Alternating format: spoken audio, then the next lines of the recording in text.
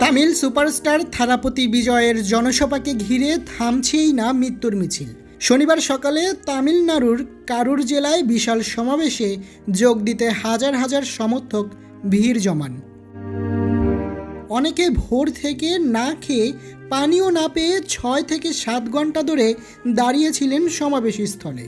কিন্তু বিজয়ের আগমন দেরি হওয়ায় উত্তেজনা বাড়তে থাকে, আর ভিড় নিয়ন্ত্রণের বাইরে চলে গেলে শুরু হয় পদদলনের ঘটনা। মুহূর্তের মধ্যে সেখানে ছড়িয়ে পড়ে বিশৃঙ্খলা। শেষ খবর পাওয়া পর্যন্ত প্রাণ হারিয়েছেন অন্তত 39 জন, আহত হয়েছেন শতাধিক মানুষ, যাদের মধ্যে অনেকের অবস্থা এখনও সংকটজনক। এই ঘটনায় গভীর শোক প্রকাশ করেছেন বিজয় নিজে।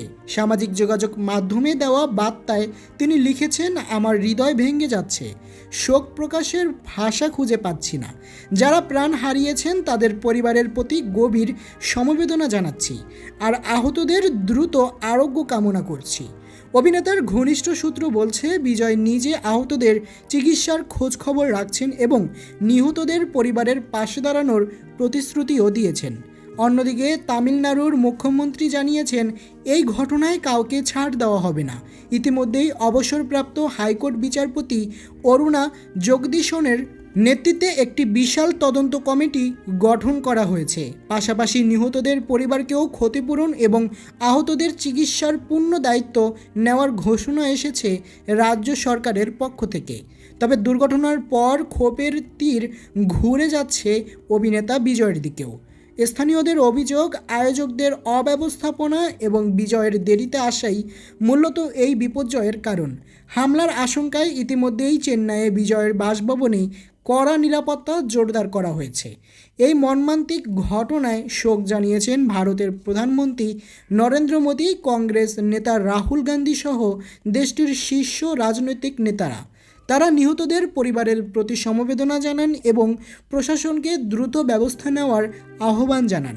এমন পদদলনের ঘটনা তামিলনাড়ুতে নতুন নয়। এর আগে জনপ্রিয় নেত্রী জয়ললিতার এক জনসভায় বিশৃঙ্খলা দেখা দিয়েছিল, সেখানেও বহু মানুষ আহত হয়েছিলেন। এতবারের অভিজ্ঞতা থাকা সত্ত্বেও নিরাপত্তা ব্যবস্থায় অবহেলা কেন রইল তা নিয়েই প্রশ্ন তুলছে স্থানীয়রা। এই মুহূর্তে কারুরের হাসপাতালগুলোতেও চলছে কান্না আর শোকের মাতম। পরিবার পরিজনের আর্তনাদে ভারী হয়ে আছে পরিবেশ।